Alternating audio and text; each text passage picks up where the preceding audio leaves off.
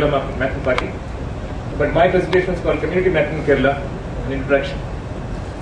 And I am Satish Babu. My experiences with the need for map goes back to 1984, when on December 26th we had the Indian Ocean tsunami. And having worked long for fishermen, I went back from my industry back to my parent organization in fisheries. And we were working in Kannur, Nagapattinam, Kanyakumari, Kollam and Alappuzha districts in the tsunami response. And one of the earliest constraints we faced was the lack of good maps. So much that we couldn't even locate places despite getting telephone calls for assistance. And natural resources management. People have talked about desert cover getting reduced, but no evidence. But we have now evidence through maps. People have talked about people growing ganja deep inside the forests or illicit liquor. All this can be spotted through maps if you have good up-to-date maps. So we are more concerned about mapping our own neighborhoods, buildings and roads and places around our houses, rather than big things like so-called sensitive things or areas. Now, communities are the first stakeholders as well as the first beneficiary. And such community maps help communities, businesses, travelers, governments and civil society institutions. Because of the arrival of new technology, maps have been now made available to kind of become an open tool. Now this change was not without resistance. Now many of the people in the official organizations have objected to this. But unfortunately or fortunately for us, that objection has not been kind of sustainable. But then the concerns that are legitimate have to be addressed. That's very clear. And today's event is really the launch of Community Mapping Initiative of Kerala. So the tools that we're going to learn today is going to transition itself, or is going to enable us to become start an initiative where we go back and map our own neighborhoods and communities. Thank you, and over to Ajit. Good morning, everybody. My name is Ajit Kumar. I work as a program manager with the Geo Content Operations team in Google. I have been with Google for about 4 years now, and I've been an avid mapper for the last 3 years of that. So today I'm just going to quickly talk to you about what Google MapMaker is all about, what you can use the tool for, what it will help you do, and what are all the other benefits of building maps as a community. There is a lack of high quality maps everywhere in the world, right? If you go back about 20 years in time, you could only imagine that parts of North America and parts of the Western Europe had some good quality maps. There were companies like Taptec which pioneered the creation of maps, and it was privy to a certain group of users who didn't have access. The rest of the users didn't have access to such high quality maps, especially in countries like India where we had to buy maps off the shelf. TTK came to the picture, and they came up with these maps which really didn't give a lot of information, and then they also kind of created up-to-date maps, and then eventually there was a need to find ways out to figure out better maps. So if you rewind about 10 years back, any online map that you would be able to access would in all probability be a PDF or a doc, which wouldn't allow you to zoom, wouldn't allow you to navigate. Then there was a company called MapQuest which came up with this technology where you could click on the north, east, west, south direction buttons and wait for the maps to load. And that was in many ways the genesis of all kinds of online mapping that you currently see. Google is one of those companies that has come to the party with a lot of innovations in this mapping technology. We came with Ajax technology, which allows you to drag and zoom, click and drag rather. It's a really cool way of using maps. Anyone can add or edit features. All you need is a online presence.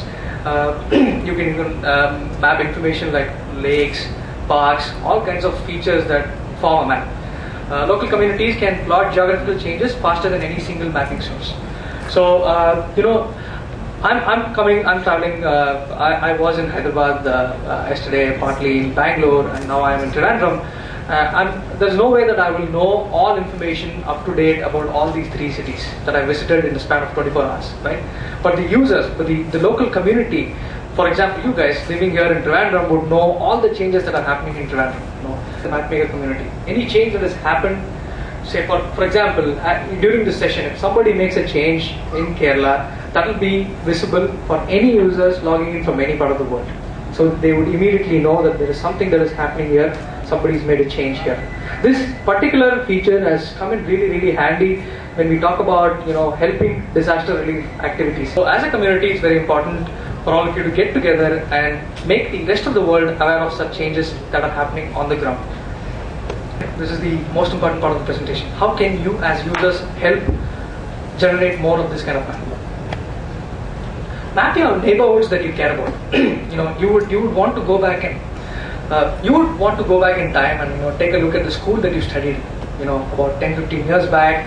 Probably you didn't have the technology to be able to see your school on the satellite imagery. Now you have the technology available, so you can go back and you can map your school. It is those small local businesses, right? I'm visiting somebody's house and suddenly I fall ill. I want to go to the nearest pharmacy, right?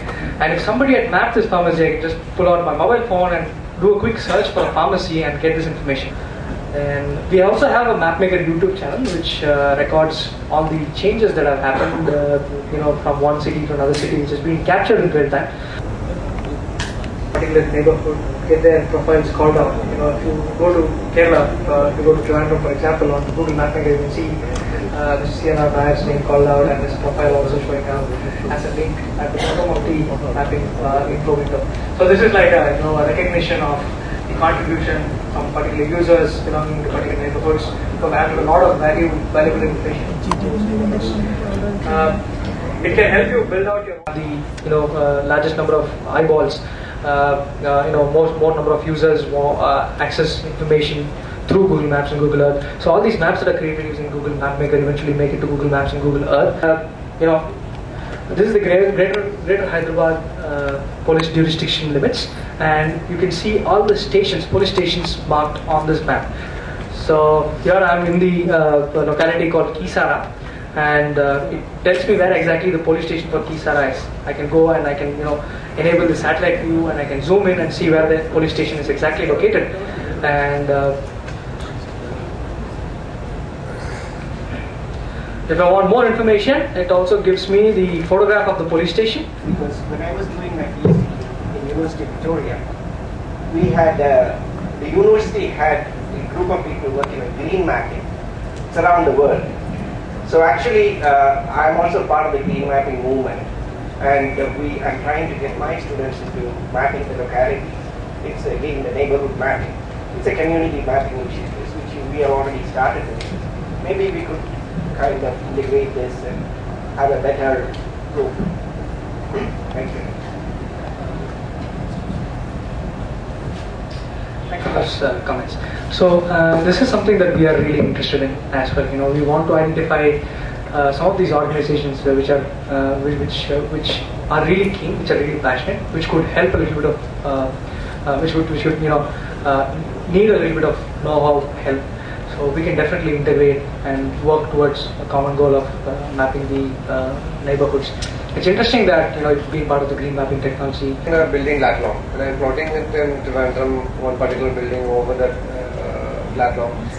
There's a shift between the actual building and my Latlaw will be falling some 40-50 meters away from that building. So is there any method to correct that offset?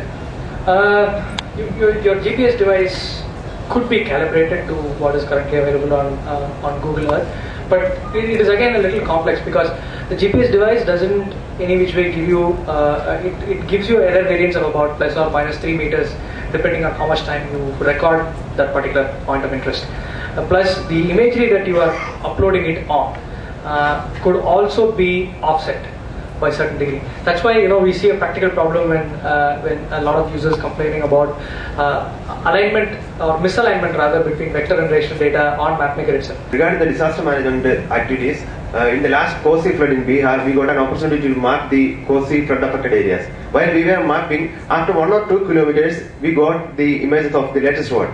After that, 1 or 2 kilometers, the images were the 2004. So our response to disaster management has become significantly much better. And in the future, if any such events do occur, God forbid, but they do occur, we'll be in a better position to handle some of these requests. Try and getting updated satellite imagery as soon as we can, as close to real.